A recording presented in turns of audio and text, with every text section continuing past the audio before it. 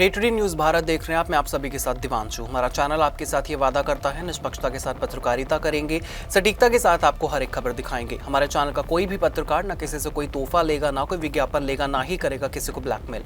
हम हमेशा ये कोशिश करते हैं कि हम दबे कुचले लोगों की आवाज़ बने। इसी के साथ हम ऐसे किसी भी तरह के व्यक्ति की खबर नहीं चलाएंगे जो कि भोले भाले लोगों को ठगता हो, उन्हें परेशान करता हो। इसी के साथ हमारे चैनल का मकसद होगा लोकतंत्र के चौथे स्तंभ को लोगों की नजरों में फिर से मजबूत करना। बात करेंगे निपा वायरस के बारे में, जिसका जिक्र अक्सर आपने सोशल मीडिया पर आज या फिर फिलहाल के दिनों में जरूर सुना होगा। निपा वायरस एक बार फिर जो है देश और दुनिया के लिए चिंता का विषय बनता जा रहा है।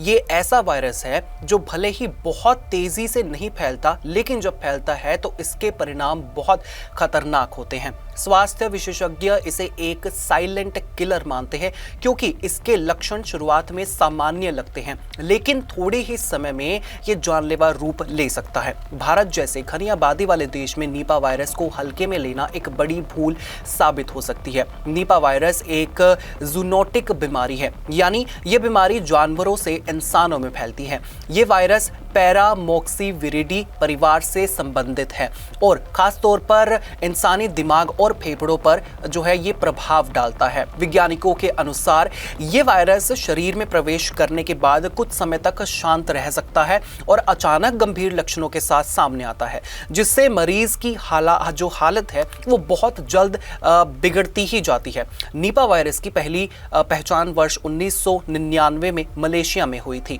उस समय सुअर पालने वाले किसानों में अचानक तेज बुखार, दिमागी सूजन और जो है जान के नुकसान के मामले लगातार सामने आए। जांच के बाद पता चला कि ये वायरस पहले फल खाने वाली चमगादड़ों से सुअरों में पहुंचा और फिर सुअरों के माध्यम से इंसानों में फैल गया।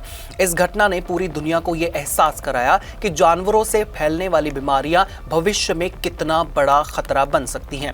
निपा वायरस के प्राकृतिक वाहक फल खाने वाली चमगादड़ें होती हैं, जिन्हें फ्लाइंग फॉक्स भी कहा जाता है। ये चमगादड़ें खुद इस बीमारी से जो है बीमार नहीं पड़ती, लेकिन इनके लार, मूत्र या फिर आंशिक रूप से खाए गए फलों के माध्यम से वायरस वातावरण में फैल जाता है।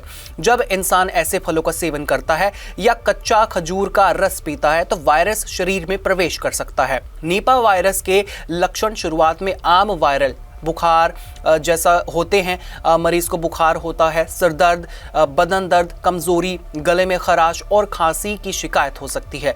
यही वजह है कि कई बार लोग इसे सामान्य फ्लू समझकर नजरअंदाज कर देते हैं, लेकिन कुछ ही दिनों में स्थिति गंभीर होने लगती है और मरीज को सांस लेने में तकलीफ, उल्टी, चक्कर आने लग जाते हैं। जैसे जैसे बीमारी बढ़ती है, निपा वायरस दिमाग पर हमला कर देता है। इससे जो है कि दिमाग में सूजन बढ़ जाती है, याददाश्त कमजोर होने लग जाती है, बोलने और समझने में दिक्कत आने लग जाती है, दौरा पड़ना और बेहोशी जैसी समस्याएं पैदा हो सकती हैं।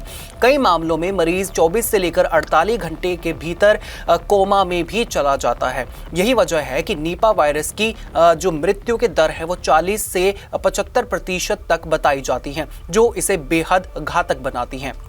भारत में निपा वायरस का पहला मामला वर्ष 2001 में पश्चिम बंगाल के सिलीगुड़ी क्षेत्र में सामने आया था। उस समय अस्पतालों में इलाज के दौरान कई स्वास्थ्य कर्मी भी इससे संक्रमित हो गए थे, जिससे यह साफ हुआ कि यह वायरस इंसान से इंसान में भी फैल सकता है। इसके बाद नदिया जिले में जो है कुछ मामले दर्ज किए गए थे, जिससे स्वास्थ्य व्यवस्था को सतर्क कर दिया गया था।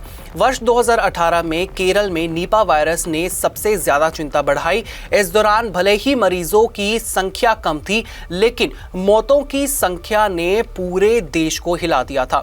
केरल सरकार ने तुरंत सख्त कदम उठाए। संक्रमितों के संपर्क में आए लोगों को पहचान जो है की गई, इलाकों को सील किया गया और स्वास्थ्य तंत्र को पूरी तरह अलर्ट पर रख दिया गया।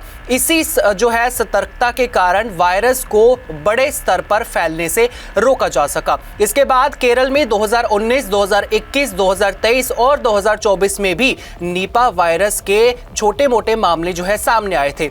हर बार जो है स्वास्थ्य विभाग ने तेजी से कार्रवाई की।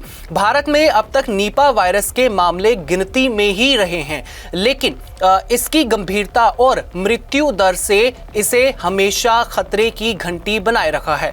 निपा वायरस इंसान से इंसान में भी फैल सकता है, लेकिन इसके लिए बहुत करीबी संपर्क की जरूरत होती है। संक्रमित व्यक्ति के शरीर से निकलने वाले तरल पदार्थ जैसे लार, खून या फिर मूत्र के संपर्क में आने से संक्रमण फैल सकता है। इसी कारण मरीजों को देखभाल करने वाले परिजन और स्वास्थ्य कर्मी सबसे ज्यादा जख्मी जो है इसमें हो सकते हैं और जोखिम में भी रह सकते हैं। अगर निपा वायरस की तुलना कोविड-19 से की जाए तो दोनों में बड़ा अंतर देखने को मिलता है। कोविड-19 एक ऐसा वायरस था जो बहुत तेजी से फैलता था और पूरी दुनिया में एक महामारी बन गया। हालांकि उसकी मृत्यु दर अपेक्षाकृत कम थी। दूसरी ओर निपा वायरस बहुत कम फैलता है, लेकिन जब फैलता है तो जान का खतरा जो है कहीं ज्यादा इसमें बढ़ जाता है। एक और बड़ा अंतर यह है कि कोविड-19 के लिए टीके और इलाज उपलब्ध है, जबकि निपा वायरस के लिए अभी तक कोई भी प्रमाणित वैक्सीन या फिर विशेष दवा नहीं है। निपा का इलाज मुख्य रूप से लक्षणों के आधार पर किया जाता है, जिससे मरीज को आईसीयू, वेंटिलेटर और ऑक्सीजन जो है सपोर्ट दिया जाता है। निपा वायरस से बचाव के लिए सावधानी ही सबसे बड़ा हथियार है। लोगों को चाहिए कि वे कच्चा खजूर का रस पीने से बचें, जमीन पर गिरे हुए फल ना खाएं और फलों को अच्छी तरह धोकर ही सेवन करें। साफ सफाई का विशेष ध्यान रखना और संदिग्ध लक्षण दिखाई देने पर तुरंत डॉक्टर से संपर्क करना बेहद जरूरी है। स्वास्थ्य विशेषज्ञों का मानना है कि भले ही निपा वायरस कोविड जैसी महामारी ना बने, लेकिन इसकी अनदेखी भारी पड़ सकती है। समय पर पहचान, सही इलाज और सख्त निगरानी ही इस वायरस को काबू में रखने का सबसे प्रभावी तरीका है। निपा वायरस यह भी याद दिलाता है कि पर्यावरण असंतुलन, जंगलों की कटाई और इंसानों और जंगली जानवरों के बीच बढ़ता संपर्क जो है भविष्य में नई बीमारियों को जन्म दे सकता है।